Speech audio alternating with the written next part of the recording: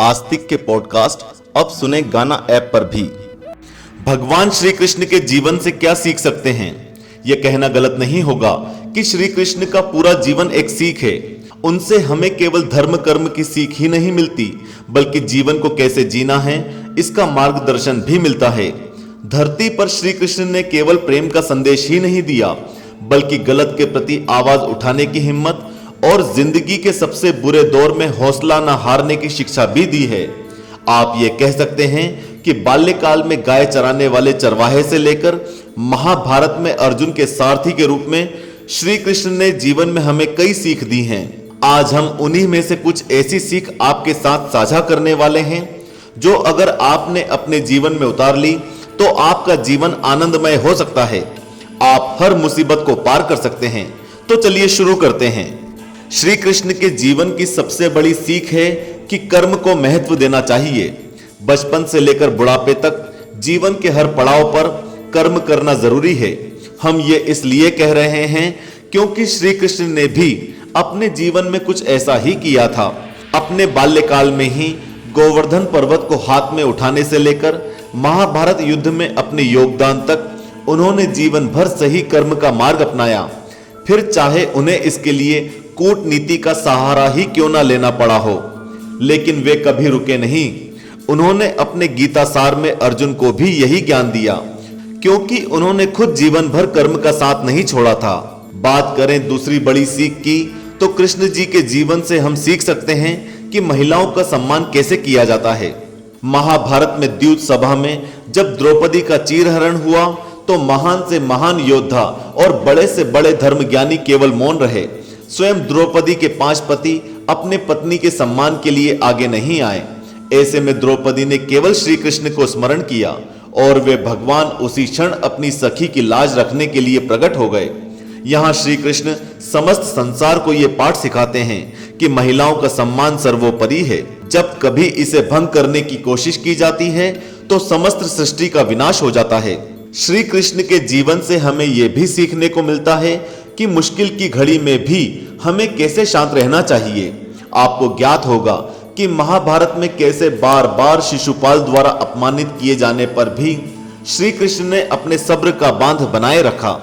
उन्होंने अपनी बुआ को वचन दिया था कि वे शिशुपाल के 100 पापों को क्षमा कर देंगे, और वासुदेव ने ऐसा ही किया। भरी सभा में शिशुपाल और दुर्योधन ने भगवान कृष्ण पर कई सवाल उठाए, लेकिन वह एक वचन के लिए सब कुछ सहते रहे। लेकिन जब शिशुपाल के पापों का घड़ा भर गया, तभी श्री कृष्ण ने अपने सुदर्शन चक्र से उसका वध कर दिया। ये घटना हमें सिखाती है कि कभी कभी कुछ अपमान को चुपचाप सहना भी पड़ता है, क्योंकि वक्त हमेशा एक जैसा नहीं रहता। लेकिन याद रखें कि वक्त हर किसी का आता है। हर स्थिति में क्रोधित होकर फैसले लेना सही नहीं होता। शांत रहकर सूझबूझ से भी कार्य किया जा सकता है। श्री कृष्ण का बाल्यकाल गोकुल की गलियों में गुजरा है। वहां एक ग्वाले के तौर पर वह गाय चराते थे, जमुना किनारे बांसुरी बजाते थे और बाकी पक्षियों से भी प्रेम करते थे। ऐसे में श्री कृष्ण का बाल्यकाल हमें प्रकृति से प्रेम करना सिखाता है। उनके जीवन से सबसे बड़ी सीख हमें प्रेम की मिलती है। उनका जीवन हमें सिखाता है कि केवल मनुष्य में प्रेम काफी नहीं है, बल्कि धरती पर मौजूद हर जीवन से प्रेम करना चाहिए। खास तौर पर अपनी प्रकृति से प्रेम होना आवश्यक है। श्री कृष्ण जब कुछ महीने के थे तब पूतना उन्हें स्तनपान कराने आई थी। श्री कृष्ण जानते थे कि पूतना की मंशा क्या है, लेकिन उन्होंने उसे राक्षस के रूप में देखने के बजाय एक मां के रूप में देखा। यही कारण था कि श्री कृष्ण ने पूतना को उसके असुर जीवन से मुक्त कर दिया। ये सीख हमें बताती है कि मनुष्य के अंदर अवगुण देखने के बजाय उसकी अच्छाइयां देखना बहुत जरूरी है। वह कहते भी हैं कि हर किसी में कोई ना कोई अवगुण जरूर होता है। कोई भी इस दुनिया में सर्वगुण संपन्न नहीं है, इसलिए लोगों को उनके अवगुणों के साथ अपनाना जरूरी है। हम सभी जानते हैं कि श्री कृष्ण की 16,000 रानियों के पीछे की असली कथा क्या है। राक्षस नरकासुर ने 16,000 महिलाओं को कैद कर लिया था और वह उन पर अत्याचार करता था। श्री कृष्ण ने जब नरकासुर का वध किया तो उनकी 16,000 बीवियों को अपनाने वाला कोई नहीं था। महिला के परिवारजनों ने भी जब उनसे मुंह मोड़ लिया तो वासुदेव ने उनके सम्मान को स्थापित करने के लिए सभी महिलाओं को अपनी पत्नी का दर्जा दिया। इससे हमें सीख मिलती है कि दूसरे मनुष्यों की पीड़ा को महसूस करना और उसे कम करने के क्षेत्र में कार्य करना भी जरूरी है। हर किसी मनुष्य में इतनी ताकत नहीं होती कि वह दूसरों के लिए कुछ बेहतर कर सके। अगर हमें यह अवसर मिलता है तो हमें जरूर इस पर विचार करना चाहिए। श्री कृष्ण का जीवन हमें यह भी सिखाता है कि कैसे अपने मित्र का साथ देना जरूरी है।